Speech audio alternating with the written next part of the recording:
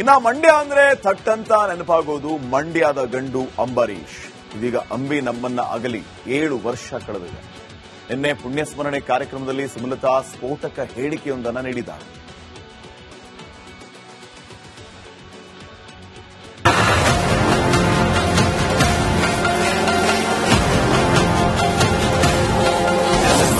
ರಾಜ್ಯ ರಾಜಕಾರಣಕ್ಕೆ ಸುಮಲತಾ ಎಂಟ್ರಿ. ಮದ್ದೂರಿಂದ ತಾಯಿ ಅಥವಾ ಮಗ ಕಣಕ್ಕೆ.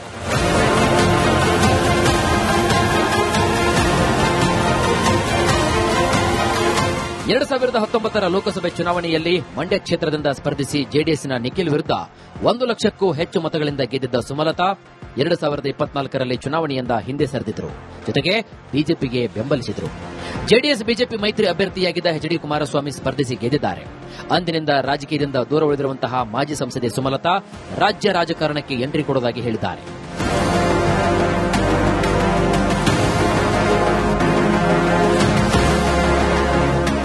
ಕಾಂಗ್ರೆಸ್ನಲ್ಲಿ ಕುರ್ಚಿ ಕಾಳಗ ಜೋರಾಗಿದೆ. ಇದರ ಮಧ್ಯೆ ಮಂಡ್ಯದ ಮಾಜಿ ಸಂಸದೆ ಸುಮಲತಾ ಅಂಬರೀಶ್ ರಾಜ್ಯ ರಾಜಕಾರಣಕ್ಕೆ ಎಂಟ್ರಿ ಕೊಡುವುದಾಗಿ ಹೇಳಿದ್ದಾರೆ. ಇನ್ನು ಮುಂದಿನ ವಿಧಾನಸಭೆ ಚುನಾವಣೆಯಲ್ಲಿ ಮದ್ದೂರಿನಿಂದ ನಾನು ಅಥವಾ ನನ್ನ ಮಗ ಅಭಿಷೇಕ್ ಸ್ಪರ್ಧಿಸ್ತೀವಿ ಅಂತ ಹೇಳಿದ್ದಾರೆ. ಅದೆಲ್ಲ ನಾವೇನು ಈವರೆಗೂ ಚರ್ಚೆ ಮಾಡಿಲ್ಲ. ಮುಂದಿನ ದಿನಗಳಲ್ಲಿ ನೋಡೋಣ. ನಾನು ಯಾವುದು ತರಲ್ಲಪ್ಪ. ಅವರಿಗೆ ಅವಕಾಶ ಬರಬೇಕು ಅಥವಾ ಅವ್ರು ಕೆಲಸ ಮಾಡಿಕೊಂಡು ಆ ರೀತಿ ಕಷ್ಟಪಟ್ಟು ಬರಬೇಕು ಅಂತ ಅಭಿಷೇಕ್ ಮನಸ್ಸಲ್ಲಿದ್ರೆ ಖಂಡಿತ ಅವನೇ ಅದನ್ನ ಮಾಡ್ಕೊಂಡು ಬರ್ತಾನೆ. ನಾನೇನೋ ಮಾಡಲ್ಲ ಅದ್ರ ಬಗ್ಗೆ. ಗೊತ್ತಿಲ್ಲ, ನೀವು ಅವ್ರನ್ನ ಕೇಳಿ, ಇಲ್ಲೇ ಇದಾರಲ್ಲ. ಕಳೆದ ವಿಧಾನಸಭಾ ಚುನಾವಣೆಯಲ್ಲಿ ಮದ್ದೂರು ಕ್ಷೇತ್ರದಿಂದಲೇ ಸ್ಪರ್ಧೆಗಿಳಿಯುವಂತೆ ಬಿಜೆಪಿ ನಾಯಕರು ಆಹ್ವಾನ ನೀಡಿದ್ರು. ಆದರೆ ಸುಮಲತಾ ಒಪ್ಪಿರಲಿಲ್ಲ. ಇನ್ನು ಮಗ ಅಭಿಷೇಕ್ ಈ ಬಗ್ಗೆ ತೀರ್ಮಾನಿಸ್ತಾನೆ ಅಂತ ಹೇಳಿದ್ದಾರೆ. ಇದೀಗ ಸ್ಪರ್ಧೆ ಮಾಡಿದ್ರೆ ಮದ್ದೂರಿನಿಂದಲೇ ಅಂತ ಹೇಳ್ತಿದ್ದಾರೆ. ಇದರಿಂದ ಹಾಲಿ ಕಾಂಗ್ರೆಸ್ ಶಾಸಕ ಕದಲೂರು ಉದಯ್ಗೆ ಢವಢವ ಶುರುವಾಗಿದೆ.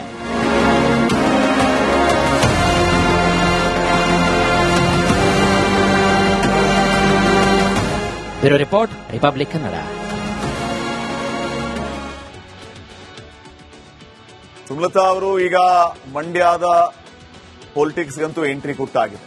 ಈಗ ಎಂಎಲ್ಎ ಆಗಿ ರಿಪ್ರೆಸೆಂಟ್ ಮಾಡಿದರೆ ಅಲ್ಲಿ ಯಾವ ರೀತಿಯ ಬೆಳವಣಿಗೆ ಬದಲಾವಣೆಗಳು ಆಗ್ಬಹುದು, ಯಾವ ರೀತಿಯ ಚಾನ್ಸಸ್ ಇದೆ ಅನ್ನೋದು ಕೂಡ ಮುಖ್ಯ ಆಗುತ್ತೆ. ಇದಕ್ಕಿಂತ ಮುಖ್ಯವಾಗಿ ಈಗಾಗಲೇ ಸುಮಲತಾ ಅವರು ಮಂಡ್ಯದ ವಿಚಾರದಲ್ಲಿ ನುಡಿದಂತೆ ನಡೀತಾ ಇದ್ದಾರೆ. ಇದ್ರು ಬಿದ್ದರು ಗೆದ್ರು ಸೋತ್ರು ಮಂಡ್ಯ ಬಿಡಲ್ಲ ಅಂತ ಸುಮಲತಾ ಅವರು ಹೇಳಿದ್ರು. ಆ ಪ್ರಕಾರವಾಗಿ ಅವರು ನಡ್ಕೊಳ್ತಾ ಇದ್ದಾರೆ. ಲೋಕಸಭೆ ಟಿಕೆಟ್ ಸಿಗದೇ ಇದ್ರೂ ಕೂಡ ಬಿಜೆಪಿಯನ್ನ ಅವರು ಬಿಡಲಿಲ್ಲ. ಬೆಂಗಳೂರು ಉತ್ತರ ಕ್ಷೇತ್ರದ ಆಫರ್ ನೀಡಿತ್ತಂತೆ ಅವರಿಗೆ ಬಿಜೆಪಿ, ಬೆಂಗಳೂರು ಉತ್ತರ ಕ್ಷೇತ್ರದಿಂದ ಸ್ಪರ್ಧೆ ಮಾಡಿ ಅಂತ. ಆದರೂ ಕೂಡ ಮಂಡ್ಯ ಬಿಟ್ಟು ಕೊಡಲಿಲ್ಲ ಸುಮಲತಾ ಅವರು. ಮದ್ದೂರಿನಲ್ಲಿ ಅಖಾಡಕ್ಕಿಳಿತೀನಿ ಅಂತ ಮಂಡ್ಯದ ಸೊಸೆ ಸುಮಲತಾ ಅವರಿಗೆ ಹೇಳ್ತಿದಾರಂತೆ.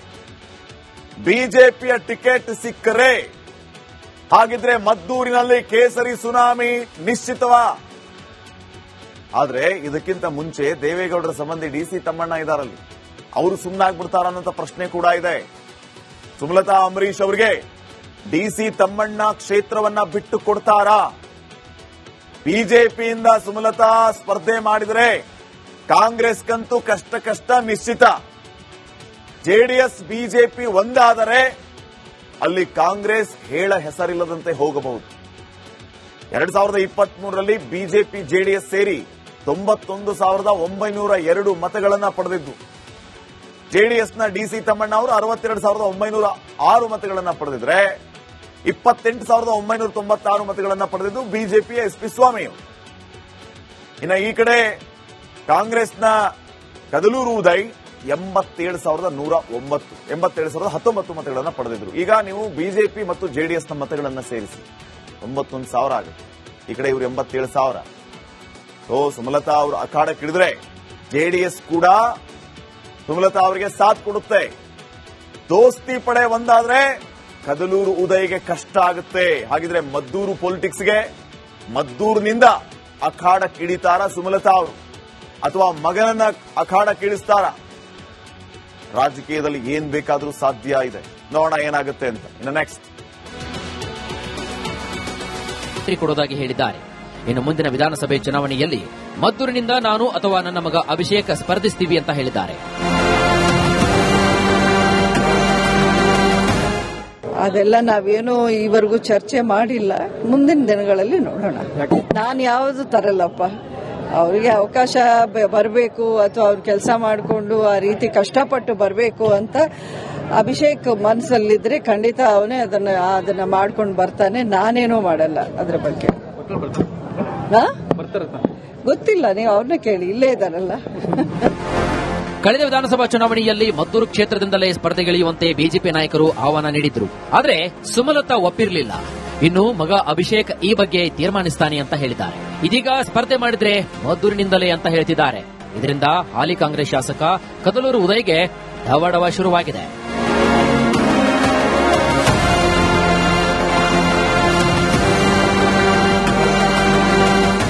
Bureau report, republic Kannada. Sumalatha ಅವರು ಈಗ ಮಂಡ್ಯದ ಪೊಲಿಟಿಕ್ಸ್ಗಂತೂ ಎಂಟ್ರಿ ಕೊಟ್ಟಾಗಿದೆ. ಈಗ ಎಂಎಲ್ಎ ಆಗಿ ರಿಪ್ರೆಸೆಂಟ್ ಮಾಡಿದ್ರೆ ಅಲ್ಲಿ ಯಾವ ರೀತಿಯ ಬೆಳವಣಿಗೆ ಬದಲಾವಣೆಗಳು ಆಗ್ಬಹುದು, ಯಾವ ರೀತಿಯ ಚಾನ್ಸಸ್ ಇದೆ ಅನ್ನೋದು ಕೂಡ ಮುಖ್ಯ ಆಗುತ್ತೆ. ಇದಕ್ಕಿಂತ ಮುಖ್ಯವಾಗಿ ಈಗಾಗಲೇ ಸುಮಲತಾ ಅವರು ಮಂಡ್ಯದ ವಿಚಾರದಲ್ಲಿ ನುಡಿದಂತೆ ನಡೀತಾ ಇದ್ದಾರೆ. ಇದ್ರು ಬಿದ್ದರು ಗೆದ್ರು ಸೋತ್ರು ಮಂಡ್ಯ ಬಿಡಲ್ಲ ಅಂತ ಸುಮಲತಾ ಅವರು ಹೇಳಿದ್ರು. ಆ ಪ್ರಕಾರವಾಗಿ ಅವರು ನಡ್ಕೊಳ್ತಾ ಇದ್ದಾರೆ. ಲೋಕಸಭೆ ಟಿಕೆಟ್ ಸಿಗದೇ ಇದ್ರೂ ಕೂಡ ಬಿಜೆಪಿಯನ್ನ ಅವರು ಬಿಡಲಿಲ್ಲ. ಬೆಂಗಳೂರು ಉತ್ತರ ಕ್ಷೇತ್ರದ ಆಫರ್ ನೀಡಿತ್ತಂತೆ ಅವರಿಗೆ ಬಿಜೆಪಿ, ಬೆಂಗಳೂರು ಉತ್ತರ ಕ್ಷೇತ್ರದಿಂದ ಸ್ಪರ್ಧೆ ಮಾಡಿ ಅಂತ. ಆದರೂ ಕೂಡ ಮಂಡ್ಯ ಬಿಟ್ಟುಕೊಡ್ಲಿಲ್ಲ ಸುಮಲತಾ ಅವರು. ಮದ್ದೂರಿನಲ್ಲಿ ಅಖಾಡಕ್ಕಿಳಿತೀನಿ ಅಂತ ಮಂಡ್ಯದ ಸೊಸೆ ಸುಮಲತಾ ಅವರಿಗೆ ಹೇಳ್ತಿದಾರಂತೆ. ಬಿಜೆಪಿಯ ಟಿಕೆಟ್ ಸಿಕ್ಕರೆ ಹಾಗಿದ್ರೆ ಮದ್ದೂರಿನಲ್ಲಿ ಕೇಸರಿ ಸುನಾಮಿ ನಿಶ್ಚಿತವಾ? ಆದ್ರೆ ಇದಕ್ಕಿಂತ ಮುಂಚೆ ದೇವೇಗೌಡರ ಸಂಬಂಧಿ ಡಿಸಿ ತಮ್ಮಣ್ಣ ಇದಾರಲ್ಲಿ, ಅವರು ಸುಮ್ಮನಾಗ್ಬಿಡ್ತಾರ ಅನ್ನೋ ಪ್ರಶ್ನೆ ಕೂಡ ಇದೆ. ಸುಮಲತಾ ಅಂಬರೀಶ್ ಅವರಿಗೆ ಡಿಸಿ ತಮ್ಮಣ್ಣ ಕ್ಷೇತ್ರವನ್ನ ಬಿಟ್ಟು ಕೊಡ್ತಾರಾ? ಬಿಜೆಪಿಯಿಂದ ಸುಮಲತಾ ಸ್ಪರ್ಧೆ ಮಾಡಿದರೆ ಕಾಂಗ್ರೆಸ್ಗಂತೂ ಕಷ್ಟ ನಿಶ್ಚಿತ.